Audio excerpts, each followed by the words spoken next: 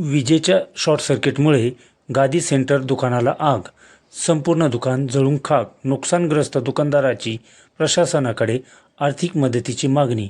इंदापूर तालुक्यातील मदनवाडी येथे विजेच्या शॉर्ट सर्किटमुळे सुपर गादी सेंटर या दुकानाला भीषण आग लागली असून संपूर्ण दुकान जळून खाक झाले आहे. या आगीत अंदाजे 10 लाख रुपयांहून अधिक किमतीच्या मालाचे नुकसान झाल्याची माहिती समोर आली आहे. विशेष म्हणजे दुकानाचा कोणताही विमा नसल्याचे स्पष्ट झाले आहे. स्थानिक नागरिकांच्या मदतीने तसेच बारामती ॲग्रो अग्निशामक दलाच्या पथकाने घटनास्थळी धाव घेत आग आटोक्यात आणली. मात्र तोपर्यंत दुकानाचे मोठ्या प्रमाणात नुकसान झाले होते. घटनेची माहिती मिळताच भिगवण पोलीस घटनास्थळी दाखल झाले होते. सुदैवाने या घटनेत कोणतीही जीवितहानी झाली नाही.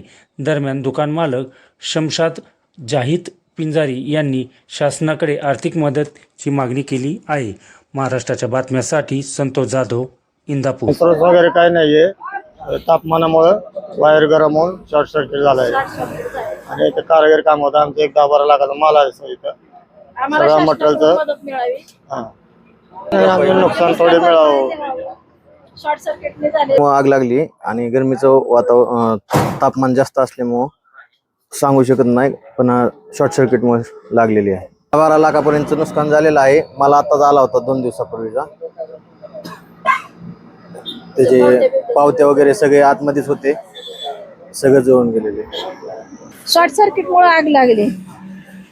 नुकसान 10-12 लाखाचं नुकसान झालेलं आहे आणि आम्हाला शासनाकडून मदत मिळावी, आम्हाला सहकार्य शासनाकडून मिळावं एवढीच आमची अपेक्षा आहे.